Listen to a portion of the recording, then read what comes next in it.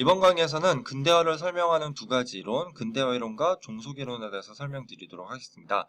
종속 이론은 근대화 이론에 반발하고 대립하기 위해서 나온 이론이니까요. 근대화 이론을 먼저 살펴보기로 할게요. 근대화 이론이라는 것은요, 근대화를 진보적 사회변동으로 보는 관점이에요. 그래서 근대화 굉장히 좋은 거고요. 불가역적이라는 말은 뒤로 되돌릴 수 없다. 다른 환경에 의해서 영향을 받지 않는다. 이런 뜻이에요. 그리고 필연적으로 근대화를 지향한다. 그래서 저개발국은 선진국의 개발 경로를 그대로 따르게 되어 있다. 근데 우리 앞에서 사회변동의 방향에 따라서 배웠던 이론 중에 진화론 있죠, 진화론. 그래서 근대화 이론은 진화론을 바탕으로 하고 있어요. 그래서 사회는 이렇게 발전하는데 이게 누구 방식으로 발전하는 거냐면 서구 선진국들 있죠. 서구 선진국들을 그 방식을 그대로 따라하면 근대화를 이룩할 수 있어 라고 설명하는 게 근대화 이론이에요. 그렇죠? 그래서 여기 그런 말이 있어요. 선진국의 과정을 그대로 따라하면 정치적으로도 경제적으로도 사회문화적으로도 근대화 이룰 수 있다 라고 이야기하는 게 근대화 이론이에요. 이러한 근대화 이론은 근대화 초기 단계에서 서구적 근대화 모델이 제공한 긍정적 성과를 설명하는 데 굉장히 유용해요. 특히 우리나라가 이룩한 근대화라는 것도 결국에는 서구의 방식을 그대로 따라해서 여기 나오죠?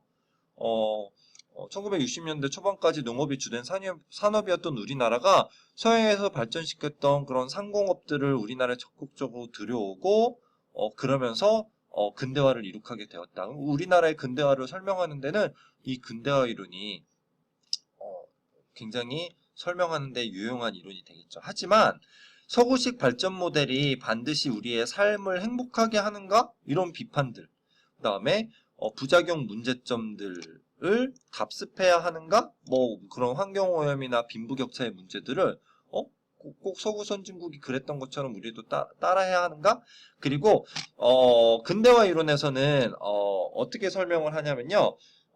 저개발국이 성공하려면 전통적인 요소를 싹 다 버리고 근대적인 서구 중심적인 그런 요소를 받아들이면 근대화할 수 있다? 라고 설명하기 때문에 거기에 대한 비판이 또 따를 수 있죠. 반드시 전통은 버려야 되는 거냐? 이런 식의 비판을 받을 수 있다. 근데 이제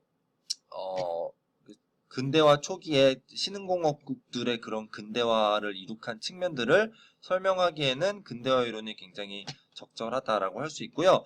이러한 근대화 이론에 반발해서 나타난 게 종속 이론이에요. 종속 이론에 대해서 설명을 드리면, 자, 이것은 서구식 근대화 모델을 저개발국에 적용하는 것을 비판하는 관점입니다. 이 종속 이론이 왜 나타나게 됐냐면요.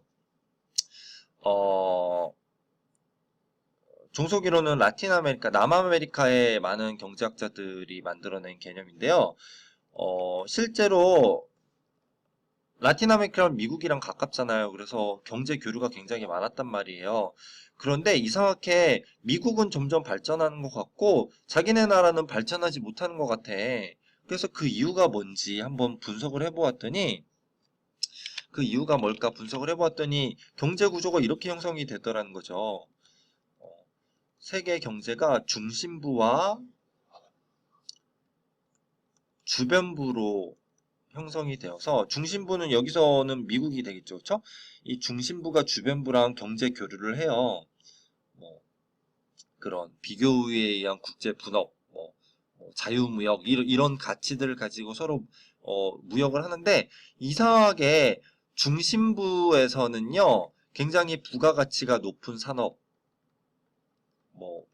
그런 고기술, 고밀도 산업들 있잖아요. 반도체 산업, 컴퓨터 산업이나 정보 산업들 이런 부가가치가 굉장히 높은 산업들이 발전하는 반면에 주변부에서는 부가가치가 굉장히 낮고 노동집약적이고 특히 그 국가에서 나오는 어떤 천연 자원적인 것이나 재화를 중심으로 하는 이런 것들이 전부 중심부로 흘러가게 되는 그리고 중심부에서 만들어낸 그런 비싼 부가가치의 물건들, 핸드폰이나 컴퓨터 이런 것들을 주변부가 자원과 노동 집약적인 산업으로 겨우겨우 조금씩 벌어들인 돈으로 그 비싼 물건들을 수입해다 써야 되는. 그래서 어떻게 되냐면 중심부는 점점 부유해지고 주변부는 점점 가난해지는, 가난 상태에 계속 빠져 있을 수밖에 없는 그런 국제 분업 시스템이 확립이 되게 되더라. 이거 어떻게 볼 거냐? 그래서 이거를 이제 종속이론 경제학자들은 중심부 국가와 주변부 국가가 이렇게 국제 분업으로 서로 교류를 하게 되면 계속 이 주변부 국가들은 저발전 상태, 이게 저개발? 비슷한 뜻이죠. 저개발, 저발전. 이게 아직 미자가 아니라, 그러니까 미발전, 미개발이 아니라 저발전, 저개발 상태에 놓일 수밖에 없다. 이렇게 설명을 하는 거예요. 그래서 아무리 중심부를 따라 하려고 해도 계속 중심부에 의해서 착취당하기 때문에 저발전, 저개발 상태에 놓여 있을 수밖에 없다. 그러면 이 저발전, 저개발 상태로부터 빠져나오기 위해서는 어떻게 해야 되느냐? 중심부 국가들과의 교류, 교역을 끊어내고, 종속적 상태, 종속적 관계를 끊어내고, 이 주변부 국가들, 라틴 아메리카 이 제3세계 국가들 자체적으로 자국 산업을 발전시켜야 된다라고 주장을 하게 되는 거죠. 이게 종속이론이에요. 이 종속이론이 라틴 아메리카에서 먼저 70년대 발전하고 우리나라에도 상당히 큰 영향력을 행사하게 돼요. 우리나라 군사 독재 정권 시절에 미국 경제에 거의 침탈을 당한다라고 많은 민중 경제학자들이 생각했기 때문에 종속이론을 수입해다가 많이 학계에 퍼뜨리기도 했는데, 근데 아이러니하게도 그래서요, 이 라틴 아메리카 종속이론을 따른 국가들은 대부분 내수지향적인 산업을 발전시켜요. 그러니까 우리나라가 뭔가를 수출할 생각을 하는 게 아니라 수입하지 말자. 외국으로부터 물건을 수입하지 말자. 그러면 수입하던 물건들을 자기네 나라에서 다 생산해야 될 거 아니에요. 그런 내수지향 산업, 이거를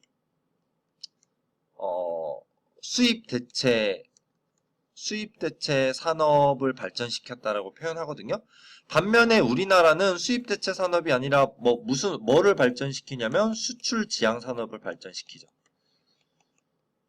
그래서 우리가 쓸 게 아니라 외국에 다 수출해서 내다 팔 것들을 공장에서 만들어내는 그런 공업 발전에 집중을 하게 된단 말이에요. 그래서 결국에 우리나라와 라틴 아메리카 국가들 중에 어느 나라가 더 큰 경제 성장을 이루게 되죠? 여러분이 알다시피 수출지향 산업을 펼쳤던 우리나라뿐만이 아닌 신흥공업들이 다시 수출지향 공업을 발전시켰거든요. 이런 국가들이 오히려 경제적으로 더 큰 성장을 이루게 돼요. 그러면서 이제 경제학자들이 종속이론보다는 근대화 이론이 더 합리적인 이론이다라고 주장을 하는 학자들이 더 많아졌어요. 하지만 이 종속이론이 현재까지도 유효한 것은 이런 중심부 국가들과 주변국 국가들, 국제 분업에 의해서 흔히 말하는 선진국과 그런 그 후진국 사이에서의 그런 경제 불평등 현상을 설명하는 데 있어서는 종속이론이 굉장히 탁월한 시각을 제공해주고 있기 때문에 현재까지도 유효하다라는 거죠. 그래서 여기 종속이론의 장점과 단점에 대해서 나와 있어요. 그래서 국제사회 힘의 관계 속에서 사회변동을 파악하고 저개발국의 독자적이고 주체적인 발전을 주장했다는 데 의의가 있지만 우리나라와 같은 신흥공업국의 경제발전을 제대로 설명하지 못한다라는 비판을 받고 있다. 그렇죠? 그래서 근대화를 설명하는 두 가지 핵심적인 이론으로서 근대화 이론과 종속 이론에 대해서 설명했고요.